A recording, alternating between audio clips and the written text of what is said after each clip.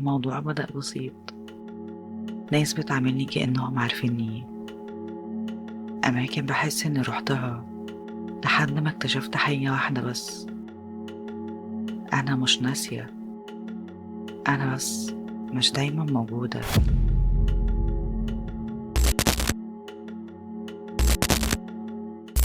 أنا مش من النوع اللي بيحكي كل حاجة، بس في حاجات بتحصل كده تبقى بسيطة جدا لدرجة إنك تعديها وتكمل يومك عادي، وبعدين ترجع تفتكرها وتسأل نفسك أنا ليه ما وقفتش عندها اليوم اللي رحت أقعد في كافيه جديد، لأني بحب من وقت للتاني أغير الأماكن عشان ما أحسش بزهق.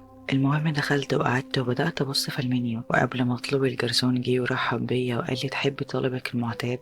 بصيت له واستغربت، أنا أول مرة أجي هنا. اعتذر بابتسامة بسيطة وقال لي أصل في واحدة شبهك بتيجي كتير. فهزيت راسي وعديت الموضوع، بس قبل ما أتكلم راح وجاب كوباية قهوة وحطها قدامي وقال لي جربيه، لو مش هو قولي لي أغيرهولك. بصيت للكوباية وسكت لحظة لأنه كان نفس الطلب اللي كنت ناوية أطلبه، والقهوة معمولة بنفس الطريقة اللي بحبها وبطلبها أغلب الوقت. رفعت عيني وبصيت له وقلت له الأوردر زي ما بطلبه دايما. أنت خمنت بقى ولا عرفت منين؟ ابتسم وقال لي توقعت. بعديها ماشي وانا ابتسمت وعديت الموضوع وارتحت اني مش لسه هستنى بقى. المهم وانا ماشيه لقيته بيقول لي على فكره انت بتغيري مكانك كل مره. قلت له يعني ايه؟ قال لي كل مره تقعدي في ترابيزه مختلفه بس دايما في نفس الوقت، وسكت ورجع كمل شغله. وانا مشيت وكملت يومي عادي، بس الجمله فضلت معايا مش عشان كانت غريبه، بس الغريب ان لما استرجعت الموقف افتكرت اني تقريبا عمري ما جيت الكافيه ده قبل كده. المهم تاني يوم كنت نازله اجيب اكل وانا واقفه سمعت حد بيقول ليالي.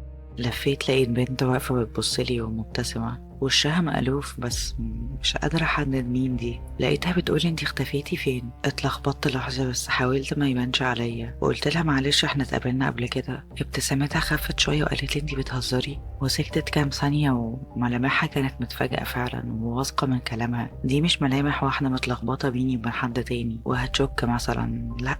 لقيتها بتقولي احنا قعدنا سوا هنا من كام يوم نفس المكان ده. قلت لها انتي ممكن ملخبطه بيني وبين حد تاني. هزت راسها وقالت لي لا انا فاكره كويس، وبعدين قالت انتي حتى كنتي قاعده هناك، وشاورت على ترابيزه في الركن وقالت لي وقلتي انك بترتاحي في المكان ده تحديدا. بصيت ناحية الترابيزة وانا مش قادرة اجمع خالص اي حاجة تفكرني. رجعت بصيت لها تاني وقلت لها بس انا مش باجي هنا كتير، انتي اكيد متلخبطة بس. هي ابتسمت ابتسامة خفيفة وحسيتها اتحرجت قوي واتضايقت طبعا. موقف كان مش لذيذ خالص ومشيت، وانا فضلت واقفة مكاني مستغربة شوية، بس قلت عادي يعني بتحصل كتير. وطلبت الاكل وقعدت اكل وانا قاعدة بسيطة على الترابيزة اللي هي شاورت عليها. حسيت احساس غريب، احساس كأني اعرفها، مش كصورة متجمعة في دماغي، لا كإحساس جوايا. هزيت راسي وقلت لنفسي ناس كتير بتلخبط بين وشوش، وكملت اليوم عادي. انا ما بحبش اشغل دماغي بعلامات الاستفهام الكتير، الموضوع بالنسبه لي ما هو الا حرق دماغ على الفاضي، فبحب اتخطى بسرعه اي حاجه مش واضحه. رجعت البيت وخلصت الامور التقليديه اللي بتعملها اول ما بترجع البيت بعد يوم طويل. وانا داخله المطبخ اعمل قهوه عيني وقعت على ورقه صغيره متنيه نصين، فتحتها كان مكتوب فيها جمله واحده بس اقعدي في الركن. الجمله صغيره وخط واضح. فضلت بصلها شوية وبعدين ضحكت، أنا كتبتها إمتى دي؟ قربتها وبصيت على الخط كويس، هو خطي مفيش شك. وقفت اللحظة بحاول أفتكر، مفيش ولا أي لحظة فاكرة إني كتبتها. حطيت الورقة وقلت ببساطة أكيد كنت بكتب حاجة واتشتت، بس الجملة نفسها فضلت معلقة معايا لأنها كانت غريبة أوي ومفهمتش يعني إيه ولا ركن إيه أصلا. كبرت دماغي كالعادة، خصوصا إني عارفة إني أحيانا من قلة التركيز بعمل حاجات وأنساها. يعني علاقتي مع الذاكرة علاقة متوترة حبتين. قعدت ومسكت تليفوني أتشيك حاجة في الشغل، فتحت المتصفح وبدوس على مكان السيرش عشان أكتب، لقيت ظهر آخر بحث كان معمول كافيه في شارع.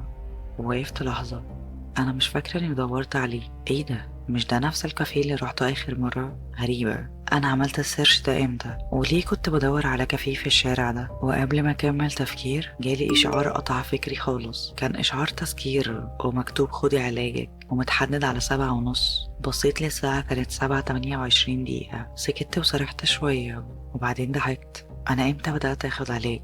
دخلت على التنبيهات، نفس التذكير متكرر كل يوم، مفيش اسم دواء، مفيش سبب، مفيش ملحوظة. قعدت حوالي 5 دقايق من غير ما أعمل حاجة غير إني بص قدامي بس، وبعدين قمت دخلت المطبخ أجيب مية. لقيتني بفتح الدرج بدون أي سبب. أنا مفكرتش إني أفتح الدرج ولا عايزة أجيب منه حاجة. بصيت جواه لقيت شريط دوا محطوط في الدرج. بصيت له كويس وركزت.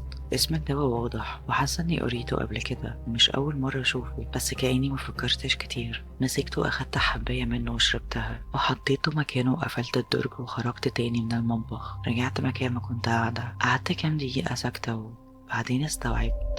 أنا أخدت الحباية من غير ما أفكر. أنا معرفش ده دواء إيه، واخده ليه، وعندي إيه عشان آخد دواء كل يوم. قعدت شوية أفكر وبعدين مسكت التليفون وفتحت الكاميرا وحطيته قدامي على الترابيزة وسبته يصور، ورجعت سندت ظهري.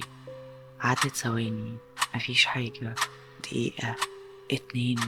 بصيت على نفسي في الشاشة قاعدة عادي، بس بعد شوية حصلت حركة بسيطة. ايدي اتحركت، وده ما حصلش فجأة ولا بسرعة، كانت حركة عادية جدا. ايدي رايحة ناحية الترابيزة ووقفت عند الورقة ومسكتها. أنا كنت شايفة كل حاجة، بس ما كنتش أنا اللي باخد القرار. قمت قفلت الكاميرا وبصيت للفيديو.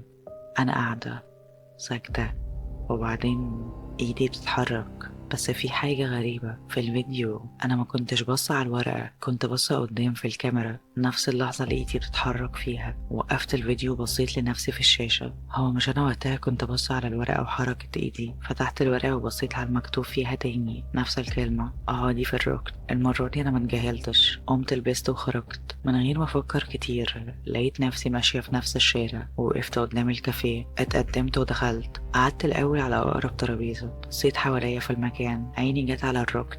قمت رحت قعدت هناك من غير ما اطلب حاجه. الجرسون حط طلبي قدامي وبصلي وقال لي المره اللي فاتت مشيتي بدري. قلت له انا بقالي قد ايه باجي هنا؟ قال لي مش كتير، بس بتيجي كتير. سالته هو انا على طول باجي لوحدي؟ هز راسه وقال لي ايوه، دايما بتيجي تقعدي لوحدك شويه وتمشي. قلت له بس كده؟ ما بعملش اي حاجه لفتت انتباهك؟ قال لي لا، انتي بتبقي هاديه جدا ويا دوب بتقعدي شويه تشربي حاجه وتمشي. وانا هزيت راسي ساعتها وسكت.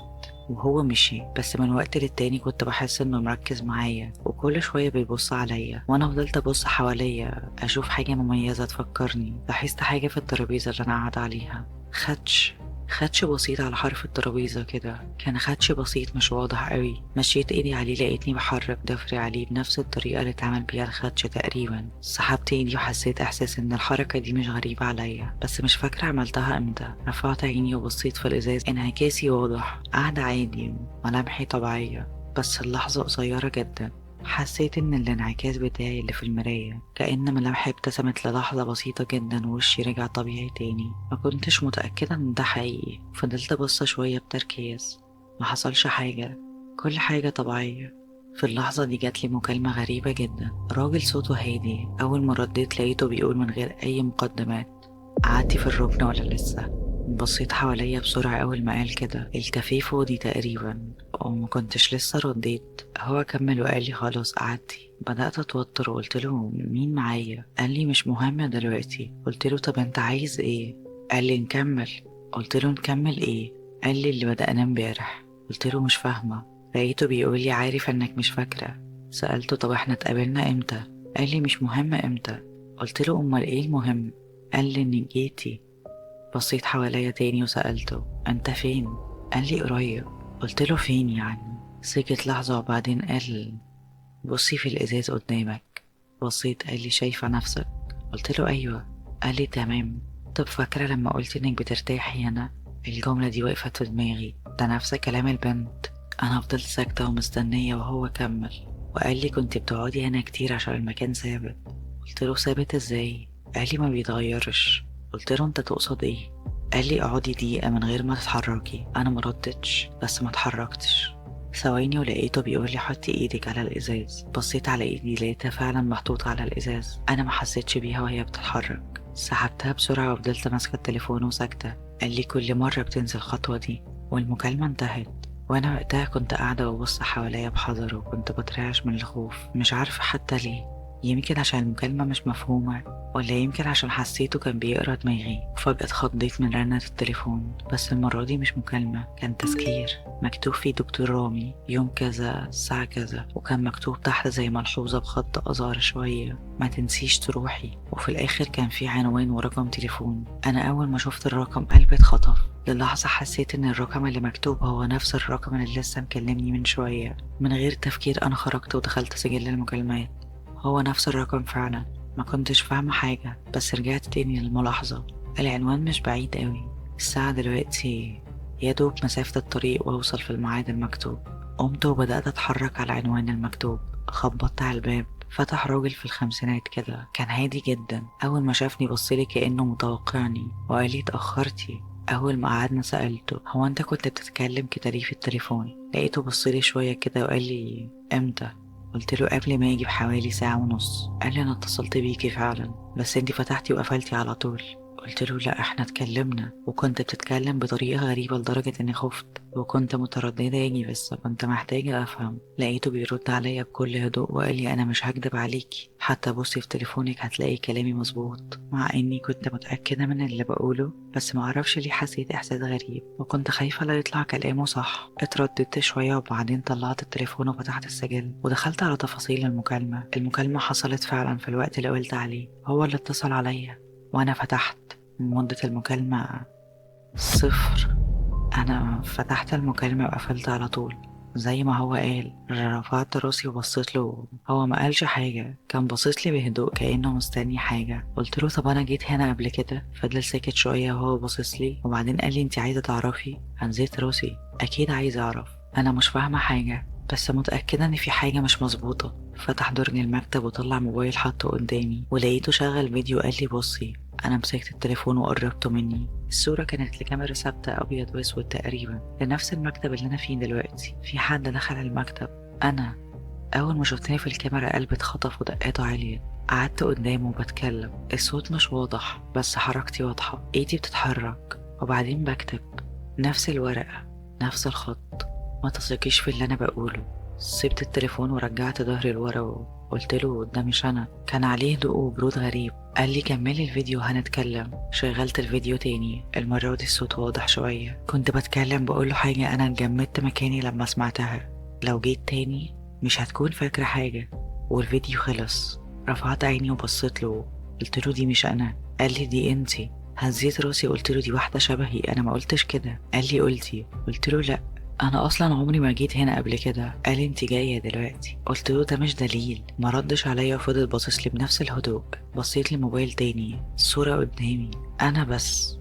مش انا ما استنيتش رده. قمت فتحت الباب وخرجت. كنت نازله السلم بسرعه كاني عايزه اخلص من المكان كله. طلعت الشارع ومشيت وحاولت افكر في اي حاجه تانية، اي حاجه غير اللي حصل. طلعت الموبايل وفتحت الشاشه وقفلته. وقفت ثواني مش فاكرة أنا كنت بعمل إيه من ثانيتين. كملت مشي. وقفت عند أول ناصية وبصيت حواليا. فضلت أبص على الناس والعربيات. أخدت نفس عميق ولفيت. وهنا ما كنتش فاهمة حاجة. العمارة قدامي. نفس الباب. بصيت ورايا. الشارع مختلف. أنا مش في نفس المكان اللي كنت فيه من شوية. رجعت بصيت قدامي. الباب قريب زيادة كأني واقفة قدامه من بدري. بصيت لإيدي كانت على المقبض وضغط عليه. مش فاكرة ده حصل امتى. سحبت إيدي بسرعة وأخدت خطوة لورا. قلبي بدأ يدق أسرع. مفيش حد. مفيش حاجة حصلت بس في حاجة واحدة واضحة. أنا ما مشيتش الطريق ده أو مش فاكرة إني مشيته. بصيت للباب. المرة دي ما حاولتش أمشي. فضلت واقفة قدام الباب دقايق وبعدين أخدت القرار ودخلت المكتب تاني. والشخص أو الدكتور ده كان قاعد زي ما هو وباصص لي وقال لي رجعتي. أنا قعدت وقلت له أنا مش فاهمة حاجة. هز راسه وقال لي عارف. بصيت حواليا على المكتب كان فيه ملف مفتوح ما كانش موجود قبل ما أمشي من شوية بس دلوقتي موجود وظاهر مكتوب عليه اسمي. بصيت للدكتور وبصيت للملف. كان لسه باصص لي برضه بنفس الهدوء المستفز ده وما قالش أي حاجة بيتفرج بس. أنا مديت إيدي وأخدت الملف وبدأت أقلب وأشوف فيه. كان فيه صور وملاحظات وتواريخ كلها عني بس مش أنا اللي كاتباها. الخط خطي بس الأسلوب مختلف. كان في جمل قصيرة مباشرة كأن حد بيكتب خطة تبدأ بالمكان الهادي ترجع لنفس النقطة. لو حاولت تمشي هترجع. وقفت عند الجملة دي وبصيت له وأنا لسه عمالة بجمع وبحاول أستوعب اللي أنا فيه. ورجعت بصيت تاني في الملف. كان في تسجيل موجود. شغلته. كان صوتي. أنا مش عايزة أكون كده طول الوقت. وقلت جملة تانية في التسجيل. هي مش هتقدر تكمل لوحدها. ووقفت التسجيل وبصيت له بسرعة وأنا متوترة وقلت له دي مش أنا. قال لي دي انتي. قلت له أنا قلت الكلام ده امتى؟ وقلت له أنا بقول كده ليه؟ قال لي كملي. رجعت شغلت التسجيل. لازم توصل هنا عشان تفهم، ولو رفضت هترجع. والصوت قطع. فضلت بص في الملف شوية كأن كل حاجة مترتبة، مفيش حاجة عشوائية، مفيش غلطات، خطة. بصيت له وسألته ايه اللي انا بحاول اوصله. سكت لحظة وبعدين قال انتي اللي حددتي. وهنا لأول مرة السؤال ما كانش ايه اللي بيحصل، السؤال كان انا بدأت ده ليه. كل حاجة حرفيا كانت مكتوبة، كل خطوة كأنها عارفة أنا هعمل إيه قبل ما أعمله. قفلت الملف وقلت له أنا لو مشيت هيقف ده. قال لي أنتي جربتي؟ فاكرة الباب، الشارع، ورجوعي. بصيت لي الأرض شوية وسألته ولو كملت. قال لي هتعرفي. سكت وبدأت أفكر أكتر. القرار ليا. بصيت للمكان حواليا، المكتب، المراية، الملف، كل حاجة أنا شفتها قبل كده بس مش فاكرة. رجعت بصيت له وقلت له هي كانت عايزة إيه. قال لي توصلك لحد هنا. بصيت لنفسي في المراية، انعكاسي واضح. كنت بصل لنفسي بس في حاجة مختلفة. النظرة أهدى، أثبت، مش تايهة، مش مترددة. نفس النظرة اللي في الفيديو. ما بعدتش، ما حاولتش أغيرها. فضلت بصة وبعدين ابتسمت. والمرة دي ما كانتش غلطة، ما كانتش لحظة، أنا اللي عملتها. الصوت جوا دماغي مش غريب، واضح. كده نقدر نكمل. سكت، ما سألتش وما حاولتش أوقفها، بس وقفت مكاني وسبتها.